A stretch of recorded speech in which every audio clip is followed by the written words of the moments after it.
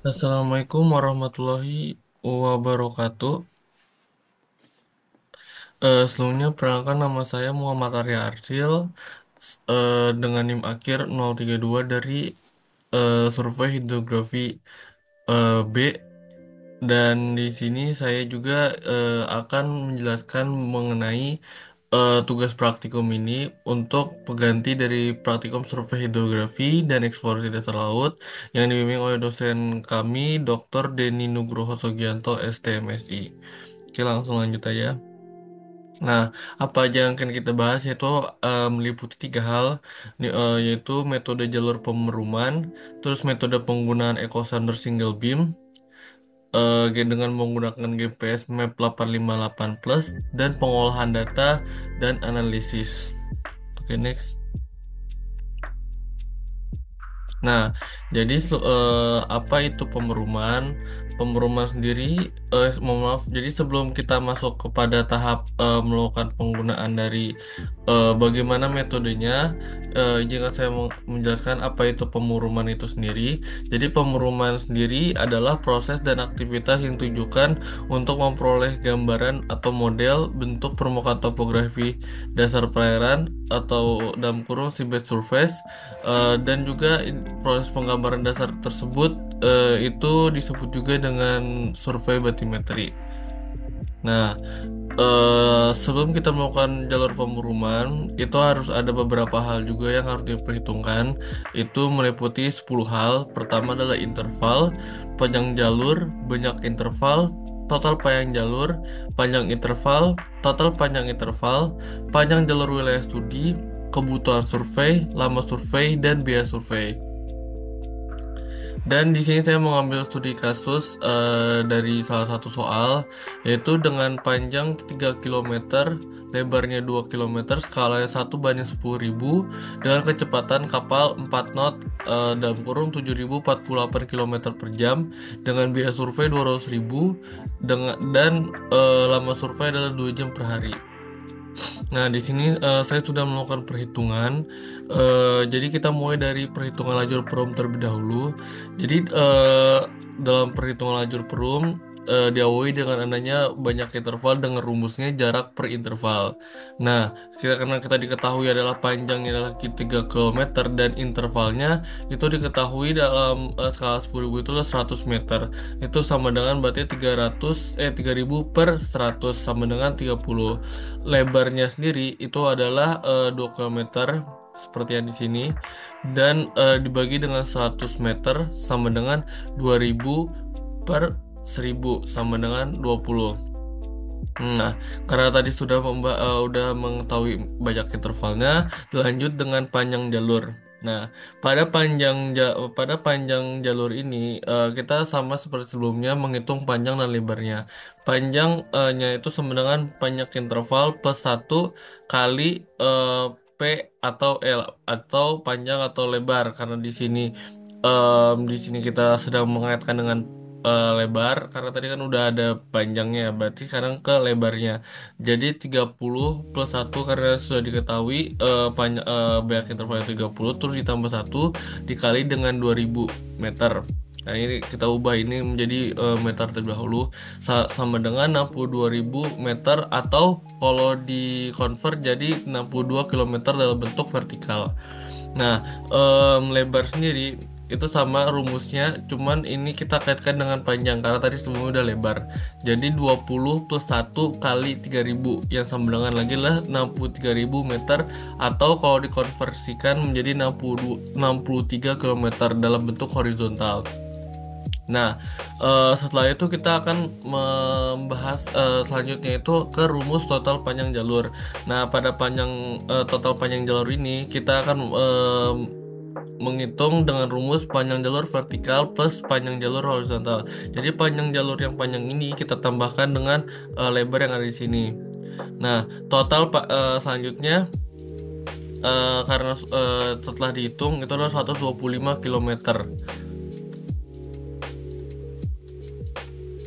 Nah, saatnya kita ke panjang intervalnya sama rumusnya, yaitu panjang interval kali interval. Mohon maaf, maksudnya dengan rumus panjang interval kali interval.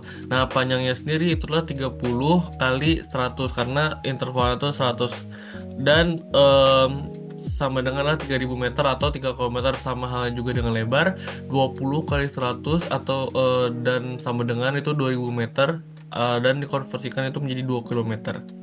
Setelah kita mengetahui panjang intervalnya dan panjang interval horizontal, kita akan lanjut ke total panjang intervalnya. Dalam perhitungan total panjang interval, nah itu tuh kita hitung yaitu 3 plus 2. Karena tadi udah jadi kilometer, jadi 3 kilometer plus 2 kilometer yang seberang adalah 5 kilometer. Nah, setelah kita menghitung total panjang interval, kita jumlahkan dengan total panjang jalur.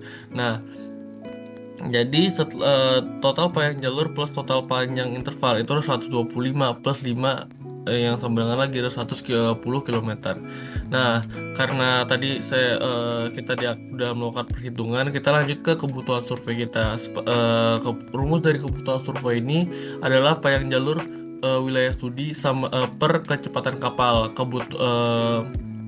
Terus kebutuhan survei sama dengan 130 kilo. Jadi setelah dihitung, jadi panjang jalur wilayah studi kan 130 ya, 130 kilometer. Dan em, di sini diketahui bahwa kecepatan kapalnya ada 7048 kilometer. Jadi kita cover aja menjadi 7 kilometer per jam.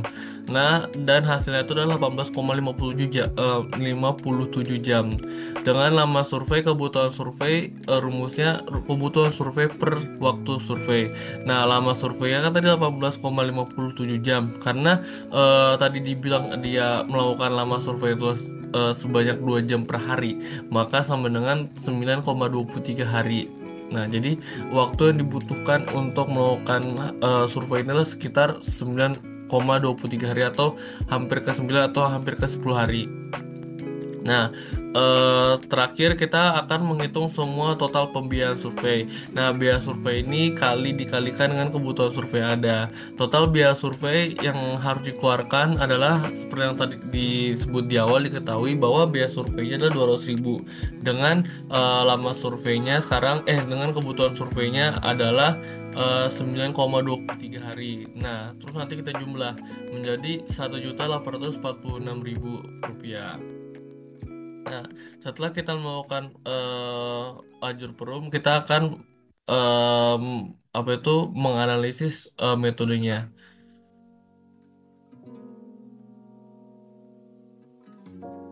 Oke, sekarang lanjut ke tahapannya. Untuk tahapannya sendiri, em, untuk tahapannya sendiri, lanjut ke Google. Pertama-tama adalah dengan kita menggunakan dua aplikasi, yaitu Google Earth Pro dan juga Mapsource. Dan pertama-tama kita akan melakukan di Google Earth Pro.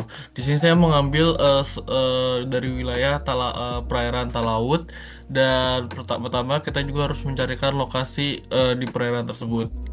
Nah, jadi dicari lokasi peran yang telah ditentukan oleh asisten, terus ditarik secara vertikal dengan panjang mengikuti ketentuan, terdiri dari titik satu berada titik di kiri, titik dua di tengah, dan titik tiga di kanan longitud dan latitude pada setiap titik dicatat. Nah, jadi saya di sini akan buka Google Earth terlebih dahulu. Nah, di sini udah ada beberapa titik yang apa itu di garis, cuman eh, ada kesalahan, jadi titik garis merahnya agak kacau. Em, jadi yang tadi sudah dibilang bahwa itu longitudenya jangan lupa untuk dicatat, ya bisa lewat tulisan ataupun note yang ada di laptop. Selanjutnya Mapsource dibuka. Nah, jadi Mapstore selanjutnya dibuka. Oh ya, di sini udah ada hasil yang sudah saya lakukan sebelumnya. Jadi kita membuka file, terus kita maaf kita em, melakukan new point yang di sini di bagian edit. Selanjutnya kita tulis new waypoint atau kita bisa menemukan CTRL-W dan kita memasukkan em, apa namanya? Kita memberikan namanya, contoh di ujung kiri. Di ujung kiri tadi adalah longitudenya berapa tadi? kisaran 4 derajat 25 7 82 north dengan longitude 127. Nah, terus selanjutnya kita masukkan dan eh nah kita tandain terlebih dahulu seperti ini. Nah, ini tuh kita bebas mau bentuknya pakai bendera atau kotak. Di sini saya menggunakan kotak dan juga bendera. Nah, seperti yang sudah dilihat, posisinya saya samakan dengan dari Google Earth tersebut. Selanjutnya mana ya tadi? Nah, udah kita itu waypoint diisi dengan koordinat pada Google Earth yang telah dicatat.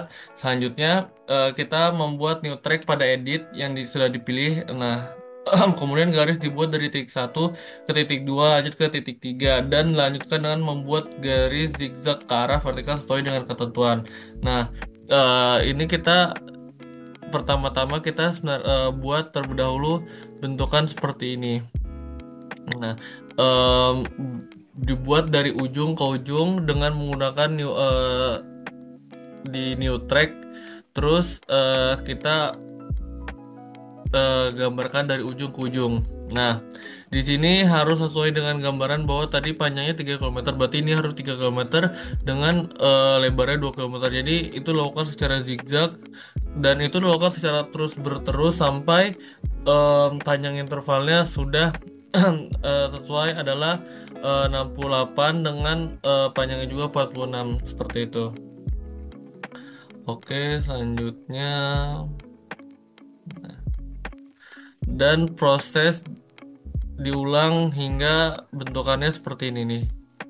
Nah, oke, next. Dan ini hasilnya, ini adalah gambaran tadi yang sudah dibuat, yaitu peta hasil dari Google Earth, dan juga ini adalah titik acuannya. Saatnya ini adalah peta perum, nah tampak cross, jadi ini belum ada crossnya sama sekali, dan ini hasil lajur perum dengan cross, mohon maaf.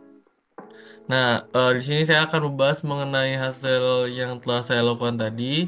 Jadi, dalam penelitian pelaksanaan survei barometri terdapat parameter utama yang yang harus diperhatikan.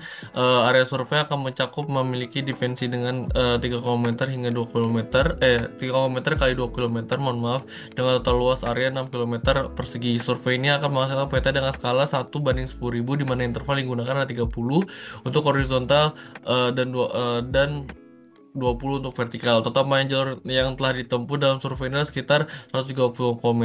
Kapal survei yang beroperasi dengan kecepatan terkuat atau setara dengan 7,4 km per jam. Dengan parameter tersebut, estimasi yang dibutuhkan menyelesaikan adalah 18,57 dengan biaya operasional adalah 1.846.000 per hari. Dan pada proses desain survei barometri ini terbagi menjadi 3 tahap, yaitu prasurvei, perhitungan parameter, dan juga penentuan interval dan jalur pengumuman. Nah, tahap kedua ini atau tahap pertama seperti kita tahu yaitu meliputi area perencanaan, terus tahap kedua itu melaksanaan survei, dan tahap terakhir adalah pengolahan data batimetri dan visualisasi hasil pemeruman. Oke, lanjut kita akan membahas mengenai saya akan membahas mengenai apa itu metode penggunaan echo sounder single beam GPS Map 85 Plus. Nah, jadi ini salah satu perangkat dari melakukan batimetri ini. Nah, GPS MAP 858 Plus merupakan instrumen hidroakustik single beam yang dirancang untuk pengukuran kedalaman perairan. Alat ini menggunakan prinsip pantulan gelombang suara untuk mengukur kedalaman dengan memancarkan sinyal akustik tunggal single beam ke dasar perairan. Perangkat ini dilengkapi dengan sistem GPS terintegrasi yang memungkinkan adanya penentuan posisi yang lebih akurat. Dan saya mengambil ini dari Garmin. Dan ini adalah yang disebutkan adalah kelebihannya, yaitu terdapatnya 2 buah slot memori yang mana slot tersebut dapat dimanfaatkan untuk mengimpor atau mengupload atau maupun ekspor atau download data yang terekam pada unit GPS 585 Plus. Data tersebut biasanya berupa nilai koordinat, waypoint, rute, maupun data kedalaman terbaca oleh transducer. Nah, di sini saya akan menjelaskan juga tahap dalam menggunakan single beam GPS Map 85 Plus. Jadi sini saya mengambil dari website resminya, dari salah satu reviewer dari perangkat survei ini. Jadi pertama adalah nyalakan unit 85 plus ini terlebih dahulu, dan setelah unit GPS 58 plus menyala, pada tahap awal kita akan masuk ke bagian navigasi. Jadi sini sudah ada ya bagian navigasi. Selanjutnya setelah masuk menu bagian navigasi, tekan tombol menu. Di sini ada tombol menu, terus lalu pilih tanda titik acuan dan jejak, kemudian select. Nah, nanti kita select di sini. Jadi ini tombol untuk kayak oke bahasanya di HP. Setelah itu pastikan pada menu jejak ubah menjadi mati. Nah, seperti ini, menjadi mati terlebih dahulu dengan menekan tombol select. Nah, kemudian pilih menu jack aktif, lalu opsi jack aktif diubah menjadi mode rekam menjadi isi, lalu interval rekam sesuai dengan kebutuhan, jarak atau waktu. Setelah itu setting dan intervalnya, kemudian tekan tombol back sebanyak 2 kali, lalu aktifkan menu jejak ke mode aktif. Maka otomatis unit 85 plus akan mengambil data XYZ sesuai dengan interval yang kita setting. Selanjutnya silahkan melakukan perjalanan ke area yang ingin diambil data XYZ-nya. Setelah selesai, matikan menu jejak ke mode mati. Silahkan simpan jejaknya, dan dengan cara masuk ke menu jejak aktif, lalu simpan jejak aktif, lalu simpan sebagai rute, kemudian kasih nama. Nah, setelah itu nanti kita dapat mengambil datanya dengan bisa melakukan dengan lewat kabel ataupun lewat memori dari waypoint ini. Dari hasil yang telah kita lakukan dengan menggunakan Garmin Waypoint ini, dengan menggunakan Garmin GPS Map 85 Plus.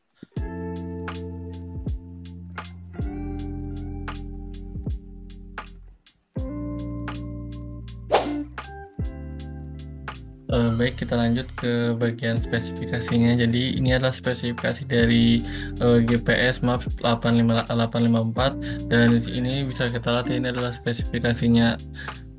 Pertama-tama ini adalah fisik dan performanya. Bisa dilihat bahwa dimensi fisiknya itu sangat bagus, yaitu sekitaran 176 mm. Dengan ukuran layarnya bisa dilihat. Dan yang perlu kita lihat ya adalah di bagian fitur dan spesifikasi sonarnya. Bisa dilihat ada lock dan grafisur, dari mulai kunci bawah air, lock, zoom pisah, simbol ID, perekaman sonar, pemutaran ulang, itu semua ada. Dan ini tuh sangat-sangat luar biasa untuk menjadi sebuah alat, terutama dalam hal bidang survei. Nah, selanjutnya juga di sebelah sini juga ada peta memori. Nah, itu yang tadi aku sebut sebelumnya, bahwa fitur dari game Garmin ini tuh mempunyai 2 memori, dan bisa kita lihat juga dia menerima 2 SD card. Dengan fitur tambahannya tuh fitur dari char plotter. Bentar, aku pilih dulu. Kompatibel dengan sonar Garmin, terus dia mendukung juga AIS, atau itu fungsi dalam melacakkan posisi kapal target, terus mendukung DSI dan tabel ombak. Oke, cukup, lanjut kita ke pembahasan selanjutnya. Nah, pembahasan kali ini seperti yang disebutkan, bahwa kita akan membahas mengenai bagaimana pengolahan dan analisis datanya. Sebelumnya izinkan saya memohon maaf terlebih dahulu kalau misalnya tidak dalam bentuk pengerjaan, dikarenakan saya sedang berada di luar, dan terutama ini bukan laptop saya, ini dari ibu saya. Jadi pengerjaannya saya ngambil dari laporan saya yang sudah pernah saya kerjakan sebelumnya. Jadi ini ada data batimetri hasil pemenuman yang dibuka pada Excel. Terus data yang tadi telah ada nih, itu berasal dari asisten. Itu kemudian diklik, delimize, step and space, di checklist, next diklik, terus kolom dan baris yang tidak diperlukan dihapus. Lanjut kita ke kolom waktu yang lainnya disesuaikan. Terus file Excel itu dari asisten, itu file mengenai file yang telah dilakukan, file tentang lajur pemenuhan yang telah dilakukan sebelumnya. Dan nilai level 1 Januari 2016 jam 11 dipindah dengan konversi ke meter D baris 1,02 Dan selanjutnya ada elevasi yang pada tanggal 1 Januari 2016 jam 12 dipindah dengan kolom ke meter pada baris 790, kolom D di baris 798. Terus jangan lupa juga 0,98-nya juga diketik. Selanjutnya ada di nilai elevasi 1 Januari 2016 jam 1 dipindah dengan dikonversi ke meter. Pada kolom D baris 1586 itu jangan lupa juga kalau tadi 0,98 ini diketik 0,92. Oke. Nah, selanjutnya ini ada mulai bagian perhitungannya. Itu ada mulai dari interpolasi bagian tengah ke atas nilai elevasi tengah. Oh ya, nanti tidak lupa juga untuk menambahkan rumus, yaitu nilai elevasi tengah plus dolar nilai interpolasi atas dolar, kemudian dimasukkan. Nah, rumus yang sudah ada dari asisten itu nanti dipindah ke dalam Excel ini. Interpolasi ke bagian tengah, atas nilai tengah, terus ditambah dolar nilai interpolasi atas dolar dan dimasukkan. Terus nilai yang tadi sudah ada terus di copy, itu meliputi HWL, MSL, LWL dan dipindah ke kolom F, G, H baris pertama. Selanjutnya angka 100 diketik dan di copy. Nilai HWL, MSL, LWL diblok dan dipaste di special divide. Terus diklik dan rumus HWL, MSL, LW itu nanti disesuaikan dengan rumus yang sudah diberikan. Terus kolom B di blok selanjutnya find and replace, diganti replace all diklik. Nah, selanjutnya ini adalah bagian terakhir dari pengolahan data di Excel, itu adalah latitude, longitude, HWL, MSL, LWL itu semua di copy dan dipaste ke Excel terbaru dan kemudian disesuaikan dengan bentuk yang lebih baik. Oke, kita lanjut ke bagian layoutin peta. Sebenarnya seperti yang saya jelaskan sebelumnya bahwa dikarenakan tugas yang tiba-tiba dan posisi saya lagi di luar, jadi saya menggunakan media laporan saja. Jadi ini laporan saya telah dikerjakan itu, pertama-tama kita membuka ArcGIS terlebih dahulu. Nah, selanjutnya ini ada data file XYZ yang telah kita masukkan itu dimasukkan lalu disesuaikan. X itu berbentuk bujur dan Y itu adalah lintang, dengan Z itu bisa dikondisikan. Dan di sini saya mau menggunakan memilih LWL terlebih dahulu.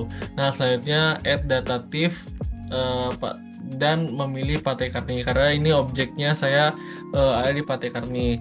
Dan untuk melakukan penggambarannya jelas kita harus melakukan namanya katalog terlebih dahulu. Jadi eh, caranya dengan memilih mohon maaf, memilih eh, bagian katalog terus cari folder yang diinginkan, dan di sini saya menaruh di data keperluan MD4. Nah, kemudian diklik kanan dan jangan lupa untuk bentukin new shape file-nya agar ada gambaran untuk mengetahui LWL, MSL dan HWL-nya, dan tidak lupa untuk memberi namanya agar kita juga dapat mudah untuk mengetahui ini kita sedang membuat peta jenis apa. Oke, next. Nah, ini kita udah bisa melakukan editing dengan cara start editing, itu nanti ada di posisi bagian sini. Nah, itu nanti diklik kanan bagian sini, terus di bagian bawah itu ada layer properties dan namanya layer properties, dan itu nanti ada tulisan create feature atau properties layer kayak gitu, dan start editing, create feature, dan mulai melakukan digitasi. Selanjutnya ada Arc Toolbox. Nah, Arc Toolbox ini itu ada di bagian sini, dan itu nanti kita pilih ke 3D Analysis Tool dan raster interpolasi, dan memilih bagian Topo to Raster. Nah, selanjutnya karena mohon maaf. Oke, selanjutnya kita untuk bisa mengetahui daerah bagian-bagiannya kayak ini kan belum diketahui ya bagian kedalamannya segala macamnya, itu kita memakai data yang tadi dengan cara input feature data dan data elevasi dan batas yang telah dipilih. Nah, selanjutnya pada layer elevasi fill diganti dengan MSL, type diganti dengan point elevation, type batas juga diganti dengan boundary. Lalu oke, dan proses topo raster bakal terjadi dan kita tunggu sampai selesai. Selanjutnya ada di layer bathymetry, itu di klik kanan dan diketik bagian simbologi. Nah, di bagian simbologi ini kita nanti akan mengklasifikasinya dan keterangannya juga lebih disederhanakan. Seperti ini bisa lihat data ini itu sebelumnya ini agak sangat kasar. Bisa lihat mungkin kalau kita masukkan itu datanya sangat kasar banget. Dan di sini kita ubah jadi kalau di data yang selain masukkan tuh bisa 3,7 bla bla bla bla, dan kita berubah menjadi lebih singkat lagi tuh meter. Jadi 3,7 meter sampai 4,6 m dan seterusnya. Dan ini juga kita bisa memberikan warna klasifikasinya dengan bebas, dan di sini saya mengambil warna ungu. Dan setelah itu kan di sini masih bentukannya masih ini sebenarnya karena udah terjadi, jadi awalnya tuh dia tuh baru berbentuk garis-garis aja, belum bentuk 3D. Dan untuk melakukan 3D ini dilakukan adanya raster survey sebenarnya untuk penggambaran mengenai arus pasang surutnya. Maksudnya menggambaran mengenai pasang surutnya.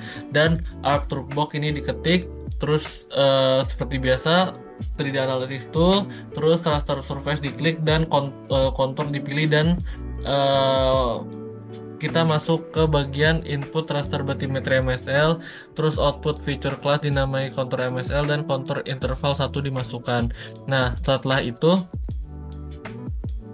nah, kontur layar ini diklik kanan, label dipilih, dan level feature in displayer di checklist. Nah, ini fungsinya agar bisa kita memberikan nama mengenai daerah-daerah ini. Misalnya kayak tadi kan bagian sini kan belum ada namanya di situ, dan setelah melakukan ada classify dan melakukan general itu nanti ada eh, angka-angkanya.